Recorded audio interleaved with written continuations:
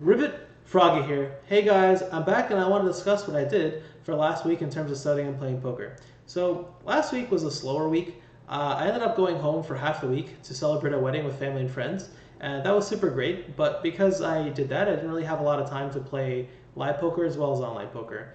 But I did end up getting one live session in, as well as a couple online sessions, and I also ended up finishing the book that I said I would. So I do have a couple things to report. But let's get into my live session results and start from there.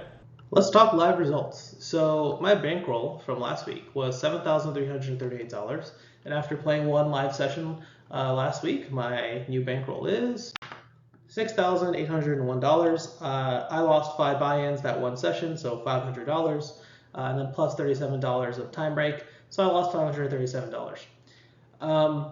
So this has been kind of par for the course. The last 4 live 1-2 sessions I've had, I've lost 5 buy-ins in every single session, and then plus some time break.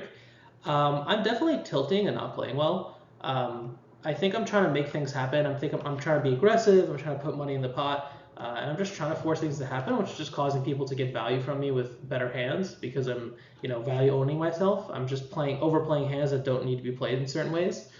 So I'm definitely getting a little bit angsty and trying to create things happen instead of just, chilling and playing my hand how it wants to be played, making folds that I need to be making.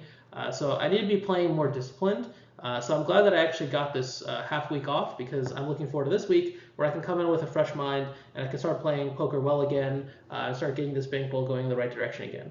But I would definitely say I'm just playing bad and that this is not variance because 20 buy-in downswing is probably very unlikely in live 1-2.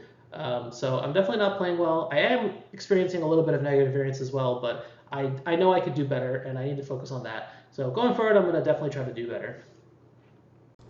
All right, let's talk online results. So I got more online poker in this week than live poker actually, and live online poker I did really well. So I played 1,117 hands, and I'm up $12.05, or I think that would be 600 big blinds. And I played for 2 hours and 21 minutes. So online is definitely starting to go in the other direction for the last couple weeks. I think a lot of this is coming from the pre-flop study that I did. I really find that whenever I study pre-flop and I, just get refreshed from that concept, I always tend to do really well in the online after. So I've definitely been seeing the fruits of my labor. It's been really nice. I also feel like I'm playing well, and also positive variances on my side as well. I had the biggest winning session I've ever clocked in online poker. This one right here for $9.79. I only played 40 minutes. Definitely positive variance for sure. But it was nice to finally get variance in the good direction instead of the bad one. But yeah, it's been pretty great. I'm starting to actually really make up all the losses that I've had with online poker. I'm still negative. I'm still about $5 in the hole for online poker, but I can see myself getting out of it this week. I'm finally starting to be in the green for the entirety of my online bankroll, and starting to actually make some money playing 2NL. And that's why that would be good is I want to start building up my online bankroll a bit so that I can finally start playing 5NL. I've been really enjoying 2NL. I really want to prove that I can beat it and I can crush it. But once I've done that, I really want to move on up the stakes and keep pushing myself forward and keep trying to get better at the game. But yeah, that was my online results. I'm really happy with them. All right, and so one last thing to talk about for this video is to talk about the 100 essential tips to master No Limit Hold'em. So I read the book. I did exactly what I said, read about 14 tips a day, ended up finishing it right on time, right before this video. So if I had to give my review of this book, I think it's pretty much exactly what I expected of it, which was, it's a book, it's gonna be easy to read, because it's 100 tips. These kind of books tend to be like very light content, like the tips tend to be like simple stuff, don't play tilted, like, play good hands, like blah, blah, blah. But I also think there was some good nuggets of information in here, which I did value.